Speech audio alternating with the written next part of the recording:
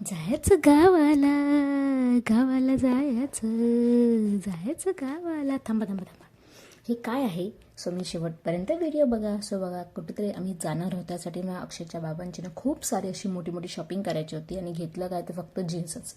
So असं काय so ना त्यांना एकही जीन्स आवडत नव्हतं, त्याच्यामुळे ना आम्हाला पण खूप सारा कंटाळा आला होता आणि त्यांच्या जीन्स पाहण्याच्या याच्यामध्ये आमचे चेहरे बघा कसे आम्ही कंटाळले दिसत होतो. आणि बाहेर शॉपिंग करायची म्हटले तर बाहेरच जेवण होतं आणि पावभाजी खूप झणझणीत अशी मागवली होती आणि खूप छान असं पावभाजीचा बेत झाला रात्री.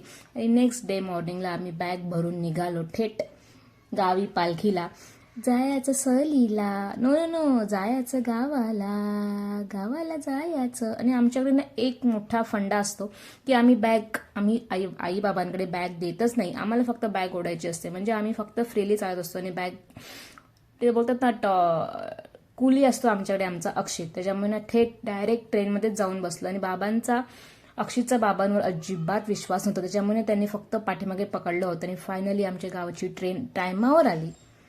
कधीही टायमावर न येणारी ट्रेन टायमावर आली आणि फायनली आम्ही ट्रेनमध्ये बसलो आणि ठाणे स्टेशनला बाय बाय करत थेट आम्ही डायरेक्ट पोचलो. कुठे माहिती, जे असं सीन आहे, मी ना जस्ट ते जाता जाता सीन रेकॉर्ड केला, कारण की अक्षितला बघण्यामध्ये ना सर्व सीनचा बट्ट्या बोल होऊन जातो. काही मला व्हिडिओ क्लिप करता येत नाही का काही नाही. सो आजूबाजूची माणसं पण इतकी हेल्पफुल होती ना, खूप छान प्रकारे ना आम्ही त्यांच्याशी खेळलो आणि त्यांची एक दिदी होती. फायनली जाऊन आम्ही पोचलो.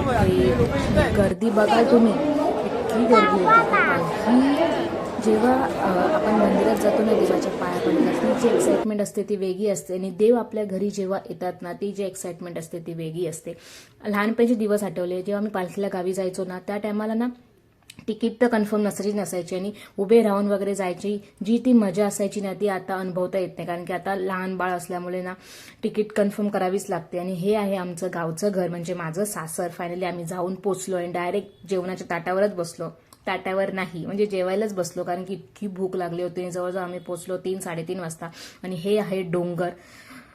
अरे गावी नाही गेलो तर मग डोंगर कधी बघणार तुम्ही? सो ही व्हिडिओ इथे मी संपवते, कारण की उद्याच्या मिनी ब्लॉगमध्ये ना असं काहीतरी युनिक होणार आहे. अक्षित काय मजा करतो, सो उद्यासाठीही तुम्ही नक्की उद्याची व्हिडिओ बघा. Thanks for watching, bye.